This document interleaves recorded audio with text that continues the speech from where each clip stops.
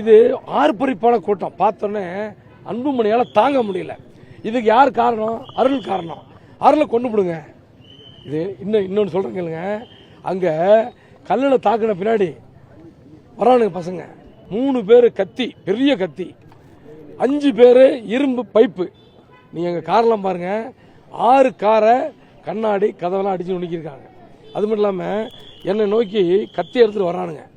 டேய், அன்புமணி உன்னை கொல்ல சொல்லிட்டாரா, இன்னைக்கு உன்னை கொல்றா. இதே வார்த்தை. என்ன வார்த்தை? டீசன்ட் அண்ட் டெவலப்மெண்ட் பாலிடிக்ஸ் சொல்லிட்டு நாட்டை ஏமாற்றி கொண்டிருக்கிற அன்புமணி சொன்னாரு, உன்னை கொல்ல சொல்லி சொன்னாரு அப்படின்னு சொல்லி கத்தி எடுத்துக்கிட்டு என்னை நோக்கி வர்றான். வரும்பொழுது அந்த பசங்க விஜயகுமார், நான் மாவட்ட செயலாளர் நடராஜன் குறுக்கு வந்து விழுந்து என்னை காப்பாற்றுறாங்க. அதனால் அவங்களுக்கு பாதுகாப்பு, அவங்களுக்கு பாதிப்பு.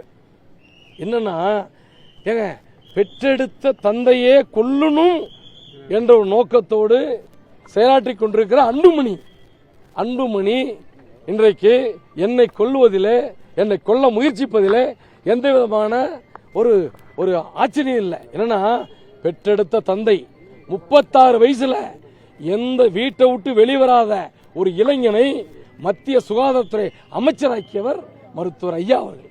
அப்படிப்பட்ட அவரு தான் 50 ஆண்டுகள் உழைத்து உருவாக்கிய அந்த கட்சிக்கு தலைவராக நியமிக்கிறார்.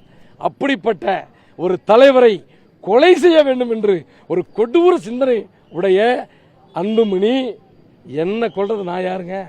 நான் அந்த கட்சி உருவாக்கணும்னா அவரு கூட ஒரு 25 வருஷமா தமிழ்நாடு முழுக்க போயிருக்கிறேன். அன்புமணி வாழ்க, அன்புமணி வராருன்னு சொல்லி ஊரா போய் கொடியேற்றி இருக்கிறோம். அந்த ஏற்பாடுகளை செய்தோம். அதுல வரலாறு 2 பேர் தான், நானும் அறிவுச்செல்வனும் செத்து போயிட்டான்.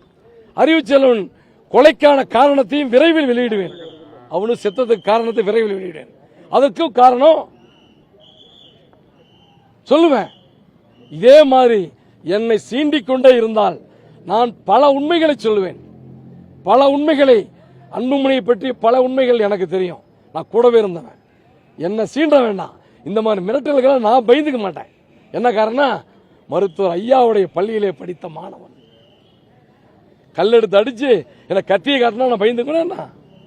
இது ஜனநாயக நாடு, இது மன்னராட்சி இல்லை.